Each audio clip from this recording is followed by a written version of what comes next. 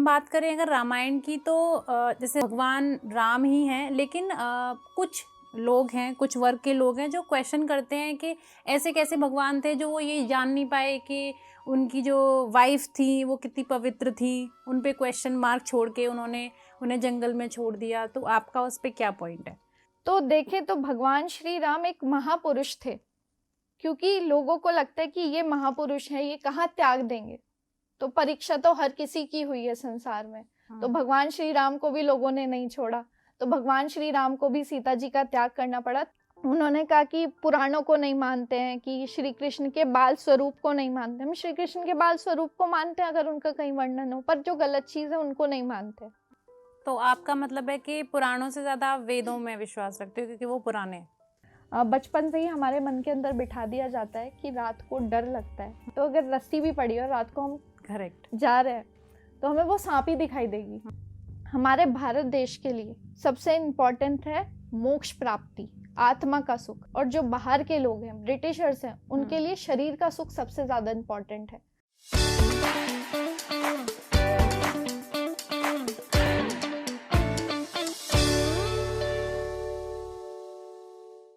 Hello, नमस्ते, सलाम। मेरा नाम है मानवी और आप देख रहे हैं द सोशल लाइट। तो आज मेरे साथ हैं ऐसी गेस्ट, यूथ हैं और उनको सारी जानकारी है वेद की, पुराण की, ग्रंथ की। तो आज हम उनसे बात करेंगे वेदों के बारे में, भागवत गीता के बारे में और क्या हमें उनसे ज्ञान मिलता है, आप लोगों को क्या मिलता है।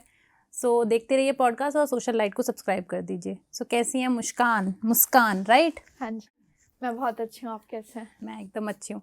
सो आप भगवत गीता को बहुत फॉलो करते हो।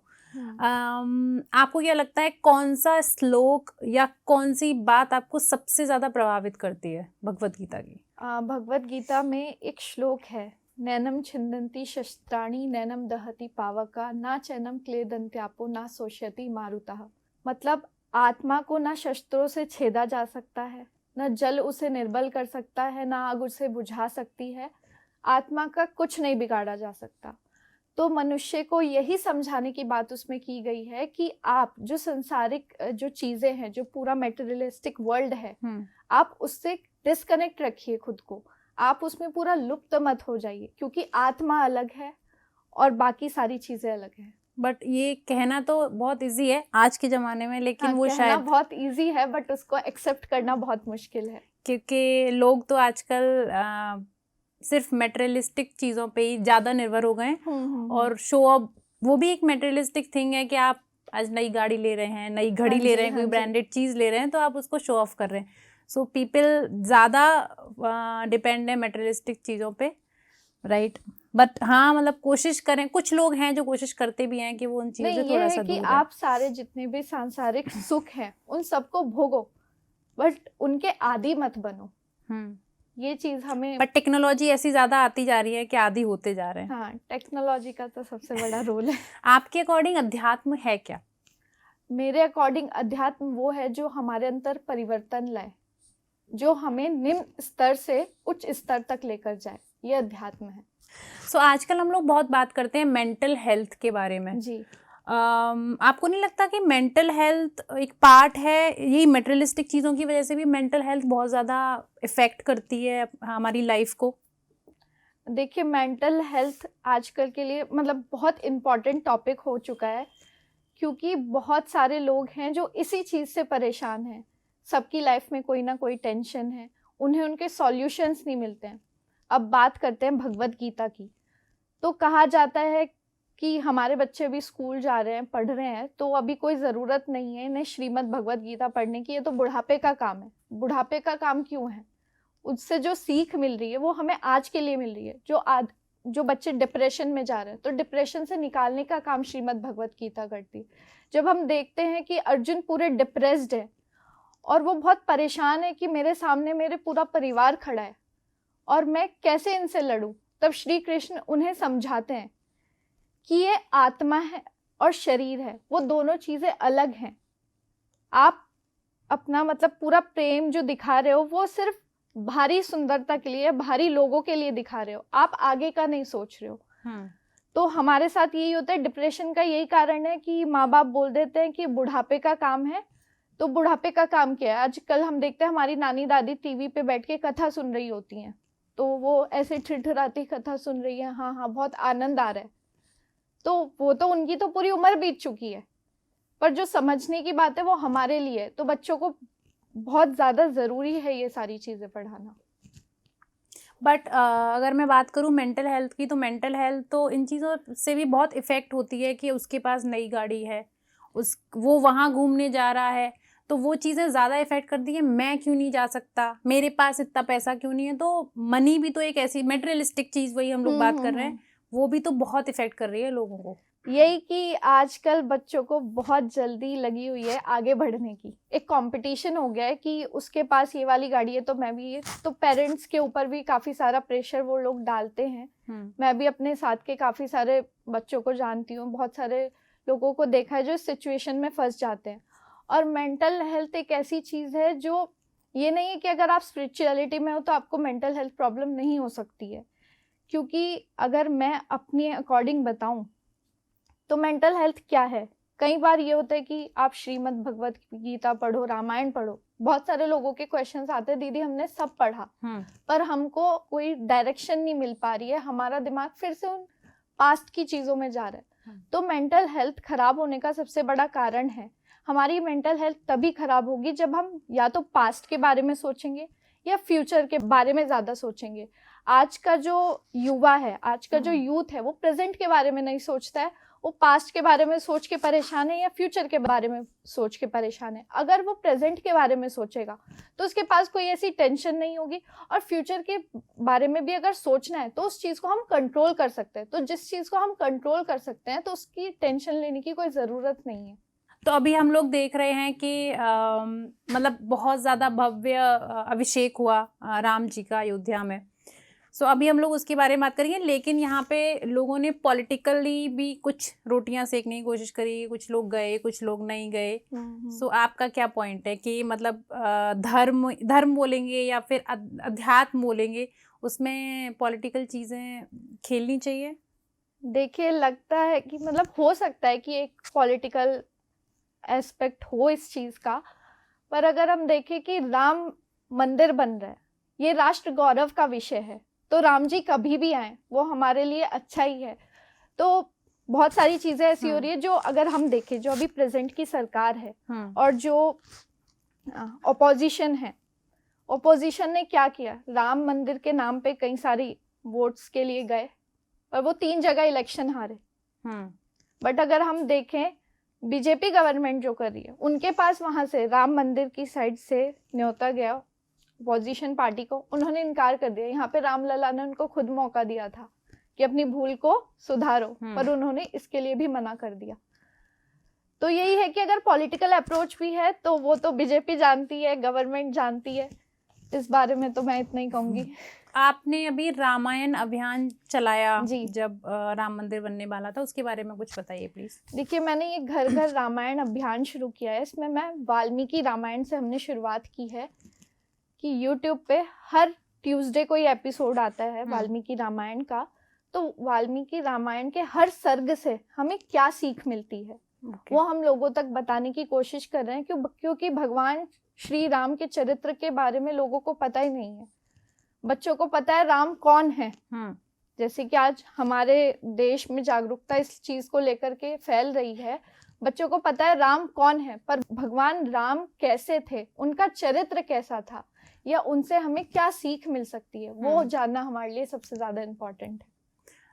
जैसे आपने बोला वाल्मीकि रामायण, एक रामायण तुलसीदास जी की है, आप शायद मुझे सही से बता पाएंगे कि तुलसीदास जी की रामायण में और वाल्मीकि रामायण में डिफरेंस क्या है, मेन की पॉइंट्स क्या हैं जिसमें हम लोग डिफरेंस कर सकें कि इसमें ऐसा हुआ था, इसमें ऐसा हुआ था?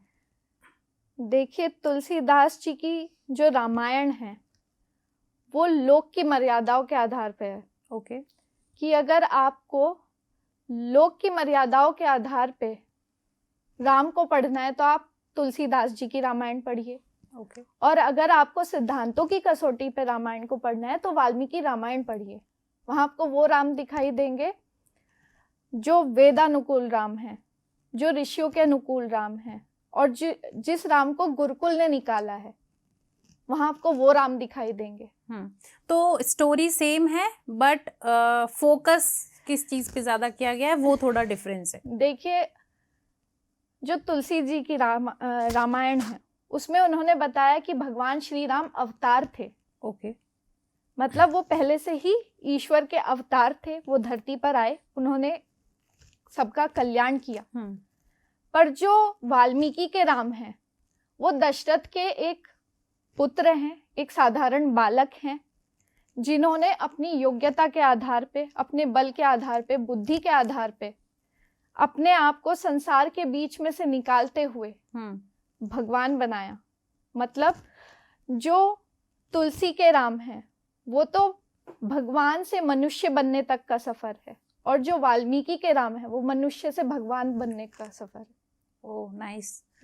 हम बात करें अगर रामायण की तो जैसे भगवान राम ही हैं, लेकिन कुछ लोग हैं, कुछ वर्ग के लोग हैं जो क्वेश्चन करते हैं कि ऐसे कैसे भगवान थे जो वो ये जान नहीं पाए कि उनकी जो वाइफ थी वो कितनी पवित्र थी। उन पे क्वेश्चन मार्क छोड़ के उन्हें जंगल में छोड़ दिया। तो आपका उस पे क्या पॉइंट है?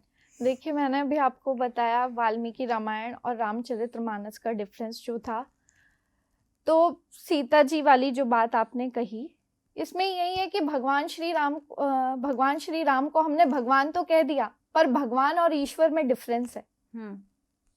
ईश्वर सर्वव्यापक है, सर्वज्ञ है, सर्वशक्तिमान है।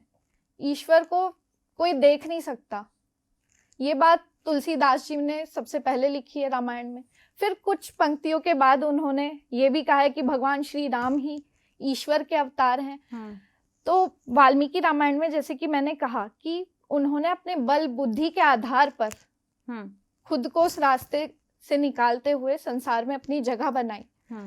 तो देखें तो भगवान श्री राम एक महापुरुष थे। तो जब सीता जी को भेजा गया तो उसके पीछे एक कारण था। वो कारण ये था कि समाज में एक एग्जाम्पल स्थापित करना था।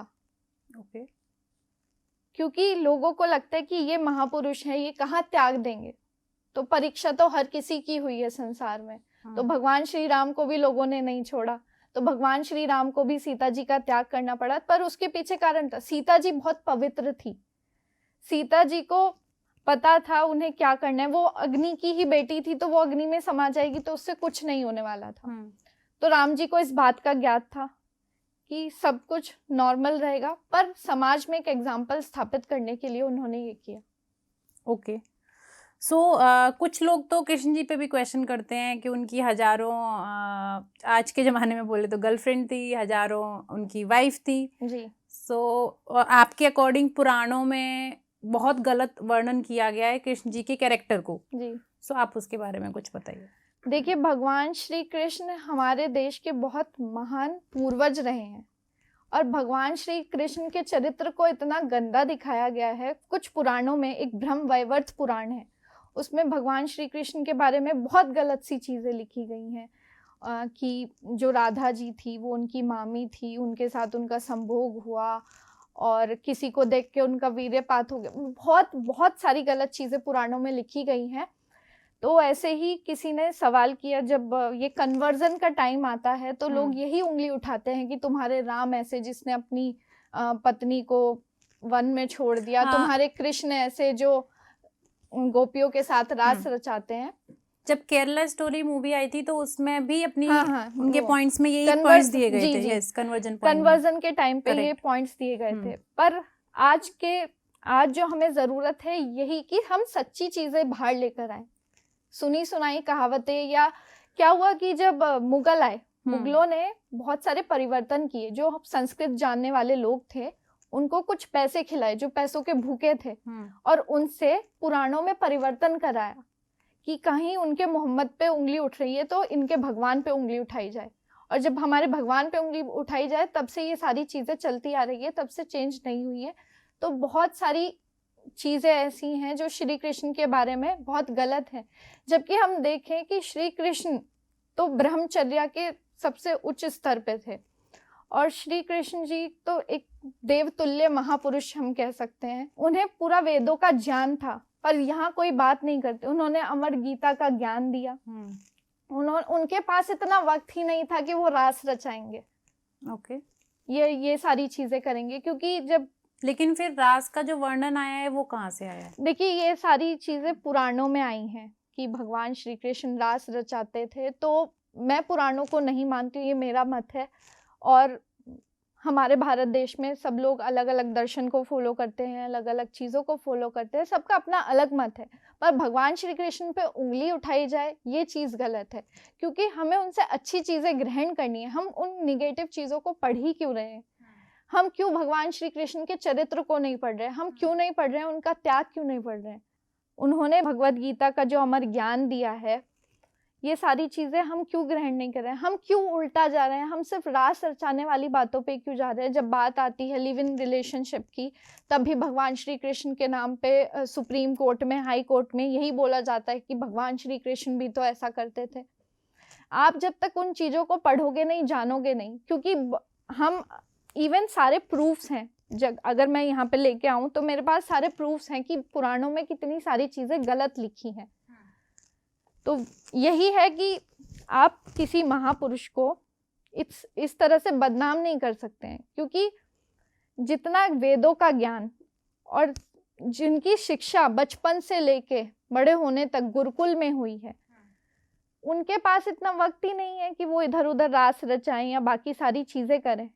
और शादी के बाद जब उनकी शादी हो गई रुक्मणी जी से, उनका बेटा भी हुआ, तो ये सारी घटनाएं वेदों के अनुसार, या अगर हम पढ़ें तो आप आर्ष साहित्य पढ़ सकते हैं। आर्ष साहित्य में आपको सारी चीज़ें मिल जाएगी, क्योंकि हमारे साहित्य के साथ सबसे ज़्यादा छेड़छाड़ की गई है।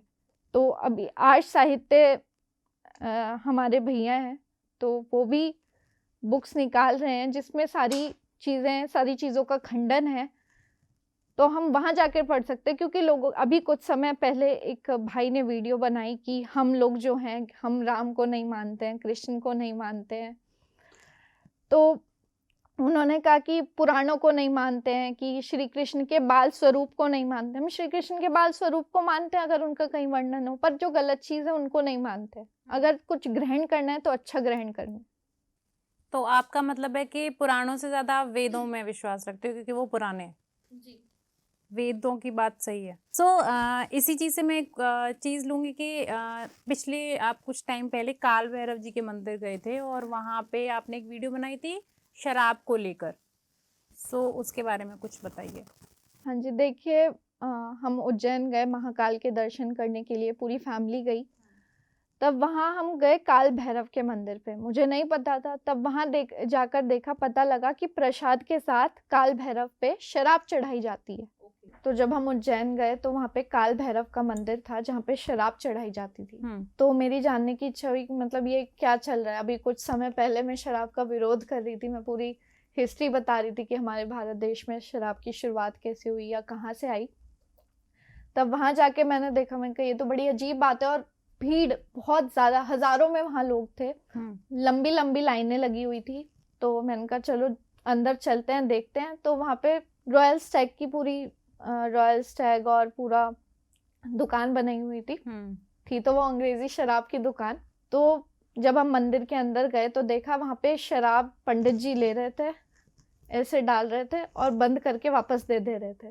कहा ठीक है, फिर आगे बढ़े। वो रिकॉर्डिंग करने के लिए मना कर रहे थे, बट मैंने थोड़ा रिकॉर्ड किया है वहाँ पे, वो मैं व्लॉग आएगा आगे तो उसमें भी डाला है। फिर उसके बाद मैं आगे गई तो एक पंडित जी मिले, मैंने उनसे पूछा कि ये क्या है और काल भैरव पे शराब क्यों चढ़ाई जाती है। तो उन्होंने मुझे पौराणिक कथा सुना दी। उन्होंने बोला कि ये तामसिक देवता है। जो काल भैरव हैं वो तामसिक देवता हैं, तो इसलिए उन पे शराब चढ़ाई जाती है। इस तरह से उन्होंने मुझे कहानी सुना दी कि वो शिव जी के भक्त थे, फिर उनसे ऐसे चीज़ें हो गई। ठीक है। फिर उसके बाद मैंने कहा कि ये सारी चीज़ें गलत हैं, तो हमें कैसे पता चलेगा कि एक तरफ तो हम बात कर रहे हैं कि शराब मत पियो, शराब बैन होनी चाहिए, दूसरी तरफ हमारे ही देश में एक मंदिर पे लाखों लोगों की भीड़ लगी है शराब चढ़ाने के लिए। तो जब मैंने उस वीडियो को डाला तो बहुत सारे लोगों ने क्रिटिसाइज भी किया कि आप ये इसलिए है कि हम आज से शराब त्याग रहे हैं इसलिए हम भगवान पे शराब चढ़ा रहे हैं। अगर त्याग रहे हैं, अगर आप उस चीज का व्रत ले रहे हैं तो आप पूरी तरह लीजिए, आप भगवान पे चढ़ाने की क्या जरूरत है। तो बहुत सारे लोगों के कि ये पुराणों में लिखा है, ये इस पुराण में लिखा है, ये उस पुराण में लिखा है, बहुत सारी ऐसी चीजें हुई। फिर मैंने कहा पुराणों में देसी शराब का कहाँ लिखा है, वो अंग्रेजी शराब का कहाँ लिखा है कि आप भगवान पे अंग्रेजी शराब चढ़ा रहे हो, ये सारी चीजें। बट आपको नहीं लगता कि लोगों ने अपनी कन्वीनियंस के हिसाब से हर चीज मॉडिफाई कर ली? हाँ, ये तो है कि लोगों ने मॉडिफाई कर लिया, ऊपर से अंधविश्वास लोगों के अंदर सबसे ज्यादा भरा हुआ है। वो किसी भी चीज पे, किसी चीज को जाने बिना उस पर विश्वास कर रहे हैं। मतलब मैं देख रही हूँ लोग लाइन में लगे हुए हैं, बस कोई जप कर रहा है, कोई कुछ कर रहा है, वो उनकी आस्था है, वो अपनी श्रद्धा से जा रहे हैं, पर उनको उसके पीछे का कारण नहीं पता है कि आखिर ये क्या हो रहा है। मतलब आप भगवान पे शराब कैसे चढ़ा सकते हो, ये बहुत ही इलॉजिकल चीज है। तो उसके पीछे का लॉजिक कोई जानना पसंद नहीं करता है। तो हमारे देश को सबसे ज्यादा जरूरत इसी चीज की है। जब ब्रिटिशर्स ने हमारे देश में शराब का व्यापार शुरू किया था, तो उन्होंने एटलीस्ट आर्टिकल में ये लिखा था कि मंदिर हो, गुरुद्वारा हो, मस्जिद हो, दूर दूर तक शराब की दुकान नहीं होनी चाहिए, या स्कूल हो, कॉलेज हो। पर जब हमारे देश आज़ाद हुआ, उस टाइम पे हमारे देश की गवर्नमेंट को क्या करना चाहिए था? उन्हें ये करना चाहिए था कि इन सारी चीज़ों को, इन सारे जितने भी रूल्स ब्रिटिशर्स ने बनाए थे, उन सबको चेंज करना चाहिए था, पर उन्होंने ऐसा नहीं किया। हम उन्हें काले अंग्रेज की सरकार कह सकते हैं। उन्होंने उल्टे और रूल्स बना दिए। आज हम देखते हैं कि कहीं भी स्कूल हो, कॉलेज हो, गुरुद्वारा हो, मस्जिद हो, वहाँ पे आपको शराब की दुकानें इजीली मिल जाएंगी। हर जगह आपको ठेके दिखाई देंगे, और गवर्नमेंट भी उस पर कोई एक्शन नहीं ले रही है। तो मेरी गवर्नमेंट से यही रिक्वेस्ट है कि इन सारी चीज़ों को बंद करना चाहिए, एटलीस्ट स्कूल के स्टूडेंट्स तो ना किए, क्योंकि मोस्टली हम देखें कि ड्रग्स का शिकार बहुत हो रहे हैं बच्चे, नशा बहुत कर रहे हैं, जिनकी वजह से डिप्रेशन हो रहा है। क्या होता है कि घर में पेरेंट्स में लड़ाई चल रही है, कुछ चल रहा है, बच्चा अपना अलग डिप्रेशन में, उस डिप्रेशन से दूर जाने के लिए वो बाहर जाएगा, बॉटल लेगा, उसको पिएगा। उसको वो 5 मिनट के लिए बहुत अच्छा लगेगा कि वो उन सब चीज़ों से दूर है। 5 मिनट के अंदर उसके घर पे क्या हो जाए उसको नहीं पता। तो ऐसी बहुत सारी चीज़ें हमारे समाज में घट रही हैं, तो इनको काबू करने का बहुत ज़्यादा ज़रूरत है। तो इसी चीज़ से मैं एक बात बोलना चाहूँगी। पुराने वेद पुराणों में मैंने सुना है, मैंने पढ़ा नहीं है, मैंने सिर्फ सुना है कि बलि प्रथा दी जाती थी, बलि दी जाती थी। और जहाँ हम लोग आज के ज़माने में बात करते हैं तो करते हैं कि जानवरों को मत मारो, ये वाली बातें बोलते हैं। और नॉन वेज के लिए भी बहुत सारे स्टेप, लोग वीगन हो रहे हैं, बहुत सारी चीज़ें हो रही हैं। सो बलि प्रथा का आपका क्या पॉइंट है कि क्या पुराने पुराणों वेदों में लिखा है या नहीं? आप क्योंकि आपने पढ़े हुए हैं, सो आप ज़्यादा अच्छे से बता सकते हैं। देखिए, वेदों में तो ऐसा कोई भी वर्णन नहीं है, ना नॉन वेज का वर्णन है, ना किसी भी भगवान पे दारू चढ़ाने का वर्णन है। ऐसा वेदों में कोई वर्णन नहीं है। और पुराण का क्या है कि पुराण पुराने से भी पुराने, ये लोगों ने अपने आप बनाए हैं। बहुत सारे पुराण, अगर आप पुराण के राइटर्स को ढूंढने निकलो तो आपको पता नहीं कौन कौन मिलेगा। वेद जो है वो ईश्वर की वाणी है, वो श्रुति है, वो सुनाई गई है। तो वो ऋषियों ने सुनी, एक दूसरे को सुनाई, और फिर वो तब से ही चल रही हैं। और वेद को जानने का हमारे पास एक, कि वेद सबसे पुराने कैसे हैं, उसका पूरा पूरा प्रमाण है। हमारे घर में यज्ञ होता है, उसकी पूरी काउंटिंग होती है। तो वेद सबसे पुराने, इसलिए वेदों को मानना चाहिए। वरना बहुत सारे लोग कहते हैं कि हम वेद को भी क्यों माने, हम सारी चीज़ों को, जब कोई कुछ बनता है, कोई घर बनता है, उसमें एक फैमिली होती है, उसका एक सीनियर सिटीजन होता है, लोग उसकी बात सुनते हैं, उनकी मानते हैं, क्योंकि उनको हमसे पहले पता है, क्योंकि वो हमसे पहले आए हैं। ऐसे ही अगर हम इन चीज़ों को मानने से इनकार कर दे तो ये धरती चलेगी नहीं। अगर हम जो चीज़ें कर रहे हैं अपने डेली में, जो भी कहीं जा रहे हैं, कुछ बोल रहे हैं, वो सारी चीज़ें वेदों से ही हैं। तो आप मुझे वेद पुराण के अकॉर्डिंग सारी बातें बता ही रही हैं, तो मुझे ये भी प्लीज़ बताइए कि एक्चुअली में भूत प्रेत आत्मा है क्या?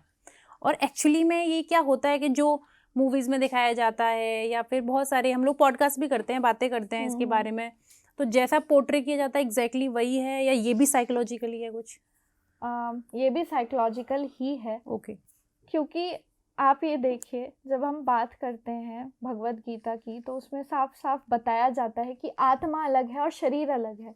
तो आत्मा हमारी शरीर से अलग निकल के किसी और के शरीर में एक और आत्मा कैसे घुस सकती है? ये भी एक लॉजिकल बात है कि शरीर से आत्मा निकल के किसी और के शरीर में घुस गई, उसके शरीर में एक और आत्मा होते हुए भी, तो ये तो कोई सेंस की बात ही नहीं है। और फिर ऊपर से जब देखा जाता है कि भूत प्रेत, जो चिपटने वाली बातें होती है कि भूत चिपट गया, माता आ गई, हाँ कि जगराता चल रहा है, उसमें किसी के अंदर माता आ गई, ये सारी चीज़ें होती हैं। तो ये जो भूत है ये अपनी इच्छाएं पूरी करने के लिए इंसान के शरीर के अंदर आते हैं, ऐसे कहा जाता है। यस। तो अगर उन्हें इच्छा पूरी करनी है तो वो किसी गरीब के शरीर के अंदर ही क्यों आ रहे हैं? वो एलॉन मस्क के अंदर क्यों नहीं आ रहे हैं? वो हमारे देश के प्रधानमंत्री के अंदर क्यों नहीं आ रहे हैं? वो अंबानी के अंदर क्यों नहीं आ रहे हैं? वो इन सब लोगों के अंदर ही क्यों आ रहे हैं? देखिए, कई बार क्या होता है, हमारे देश में जो गाँव है, गांव में या कुछ बैकवर्ड एरियाज ऐसे हैं जहाँ पे इन सारी चीज़ों को बहुत ज़्यादा माना जाता है कि भूत प्रेत पिशाच। तो सबसे बड़ी बात ये है कि गांव की जो औरतें होती हैं, कई बार क्या होता है, उनकी इच्छाएं पूरी नहीं होती हैं। वो दूसरों को देखते हैं, अच्छा बाहर ये हो रहा है, वो वहाँ जा रही है, ये कर रही है, तो वो अपनी इच्छा पूरी कराने के लिए सारे ढोंगाडंबर रचती हैं। ये भी एक मेंटल हेल्थ इशू है कि वो बहुत ज़्यादा प्रेशर में आ जाती हैं, उन्हें वो चीज़ें नहीं मिल रही होती हैं, तो वो ये सारी चीज़ें करती हैं कि उन्हें अटेंशन मिले। एक अटेंशन सीकर भी हम इस चीज़ को कह सकते हैं कि अगर जागरण हो रहा है तो उसमें एक कहानी बना दी गई है कि माता आएगी आएगी। अब मेरे घर में कई साल पहले जागरण हुआ, मैं काफ़ी छोटी थी, आई थिंक 9th या 10th में थी, तो मैं भी वेट कर रही हूँ कि माता कब आएगी क्योंकि उस टाइम पे इतनी सारी चीज़ें नहीं पता थी। तो वहाँ पे ऐसा कुछ नहीं हुआ, तो मैं डाउट में, मतलब हमें माता का आशीर्वाद नहीं मिला क्योंकि हमारे जागरण में माता नहीं आई। तो मेरे आचार्य जी हैं, जब मेरी उनसे बात हुई तो आचार्य जी ने मुझे इन सारी चीज़ों का कॉन्सेप्ट बनाया कि अगर ये सारी चीज़ें कहीं घट रही हैं, डीजे बंद कर दो, अटेंशन ही मत दो सामने वाले को, वो कुछ भी कर रहा है, क्योंकि वो क्या होगा कि जाएंगे उन पे चीज़ें चढ़ाएंगे, अब वो उन चीज़ों को लेंगे और जाएंगे। यू मीन टू से कि मतलब ये एक टाइप का डिसऑर्डर है। हाँ, क्योंकि साफ सीधी बात है कि एक आत्मा जो ऑलरेडी शरीर के अंदर है और किसी की डेथ हो गई, वो शरीर, तो उसके बाद कोई शरीर के अंदर कैसे घुस सकता है आपके? क्योंकि और जो ये लगता है लोगों को डरा रहा है, वो एक हेलुसिनेशन जिसे हम कह सकते हैं, वो भी साइकोलॉजिकल है। अब रात को हम जा रहे हैं, कहीं ना कहीं हमारे बचपन से ही हमारे मन के अंदर बिठा दिया जाता है कि रात को डर लगता है, अंधेरा होते ही कुछ नेगेटिव एनर्जी आती है, ऐसा कुछ हमारे मन के अंदर बिठा दिया गया। तो अगर रस्सी भी पड़ी और रात को हम करेक्ट जा रहे हैं तो हमें वो सांप ही दिखाई देगी। वेरी प्रैक्टिकल थॉट कि अगर खिड़की पे कुछ कपड़ा टंगा हुआ है तो वो हमें अलग से भूत ही दिखाई देगा। तो ये सब हमारा हेल्यूसिनेशन है, सब कुछ साइकोलॉजिकल है। अगर हम इन चीज़ों को जाने, क्योंकि आज हम देखें तो क्यों कैटरीना कैफ के ऊपर भूत नहीं चिपट रहा है, इन सब लोगों के ऊपर क्यों नहीं चिपट रहा है, क्यों ये आम लोगों के साथ ही हो रहा है? सो अब मैं आपसे लास्ट क्वेश्चन करना चाहूँगी LGBTQ पे। वो एक्चुअली में क्या है और क्या बताना चाहोगे आप उसके बारे में? देखिए, LGBTQ एक मेंटल हेल्थ इशू इसे हम कह सकते हैं, क्योंकि हमारे देश को तोड़ने का काम किया गया है। आज हम देखेंगे कि अमेरिका के जो राष्ट्रपति, उनको इलेक्शन जीतने के लिए भी LGBTQ के लिए प्रॉमिस करना पड़ता है कि हम कुछ करेंगे। LGBTQ क्या है? हमारे भारत देश के लिए सबसे इम्पोर्टेंट है मोक्ष प्राप्ति, आत्मा का सुख। और जो बाहर के लोग हैं, ब्रिटिशर्स हैं, उनके लिए शरीर का सुख सबसे ज्यादा इम्पोर्टेंट है। तो उन्होंने शरीर के सुख के लिए क्या किया कि हमें इस चीज में मजा नहीं आ रहा है, लड़का लड़की, तो लड़की लड़की आ गए, ये सारी चीजें उन्होंने शुरू कर दी। फिर उसके बाद भारत में प्रिंट मीडिया, सोशल मीडिया और इन सब चीजों, इलेक्ट्रॉनिक मीडिया के थ्रू मार्केटिंग, भारत में इन सारी चीजों का प्रचार हुआ। अब हम देखते हैं वेब सीरीज आजकल बहुत सारी बन रही हैं, तो सबसे ज्यादा प्रमोट किया जा रहा है इन सब चीजों को, LGBTQ को सबसे ज्यादा प्रमोट किया जा रहा है, आवाज उठा रहे हैं। अब हॉस्टल में पढ़ने वाले 2 बच्चे हैं, 2 लड़कियां हैं या 2 लड़के हैं, वो साथ में बैठ के उन चीजों को देख रहे हैं। अच्छा, ऐसा भी होता है, हमारे अंदर भी फीलिंग्स है, वो उनके अंदर 5 मिनट के लिए फीलिंग्स आएगी और वो उसी चीज में ढलने लगेंगे, उस चीज को सोचेंगे, अच्छा ऐसा भी हो सकता है। तो ये हमारे देश को तोड़ने का काम किया गया है कि अगर इन भारत देश में ये सारी चीजें घटने लग जाएं तो इस देश की आबादी नहीं बढ़ेगी, इस देश का फ्यूचर नहीं बढ़ेगा। और दूसरा रीजन अगर हम देखें तो वो ये है कि LGBTQ से बिजनेस की भी शुरुआत हुई है, क्योंकि जो उनकी चीज़ें हैं जो वो यूज़ करते हैं, वो भारत में उनका प्रमोशन हो, भारत के लोग उसे ज़्यादा से ज़्यादा खरीदें और फिर अपने देश से कट जाए, मतलब वंश का नाश हो जाए, क्योंकि जब मेल फीमेल ये Correct. पूरा एक प्रोसेस है, तो जब ये ही नहीं होगा तो हमारा वंश कैसे आगे बढ़ेगा। तो ये सारी मेंटल हेल्थ इशू है और कुछ नहीं है। मतलब ये साइकोलॉजिकली सब कुछ है, फीलिंग्स कुछ नहीं होती जो भी है। नहीं, ये मतलब वही है कि लोग जैसे किसी कोई एडवर्टाइजमेंट हम लोग देखते हैं तो उसे इन्फ्लुएंस हो जाते हैं। हाँ वही। सो वो तो इन्फ्लुएंस करते हैं और आपके सबसे अकॉर्डिंग। बड़े दुख की बात है कि हमारा भारत देश, हमारे भारत में इन सारी चीजों का बहुत ज्यादा तेजी से प्रमोशन किया जा इनफैक्ट रहा है। मूवीज कितनी ज्यादा आ रही हैं, मूवीज आ रही हैं। आ रही हैं तो उसमें चाहे 2 मिनट का लगा रहे हैं लेकिन 2 मिनट का वो सीन दे रहे हैं। अभी Okay. अक्षय कुमार जी की एक मूवी आई थी OMG 2, तो उसमें भी मतलब एक कि बच्चों को, मेरे को वो वर्ड एग्जैक्टली याद नहीं आ रहा है, कि सेक्स एजुकेशन देनी चाहिए, पर उसमें कुछ गलत चीजें भी थी। तो ये चीजों का प्रमोशन करना सही नहीं है। एक तरीके से ये भी वंश का नाश करना ही है। तो थैंक यू सो मच मुस्कान, इतनी you. अच्छी बातें बताने के लिए। Thank you. सो अगर आपको ये वीडियो अच्छी लगी हो तो प्लीज़ लाइक कर दीजिए, शेयर कर दीजिए और हमारे चैनल को सब्सक्राइब कर दीजिए। जय हिंद, जय भारत एंड जय श्री राम।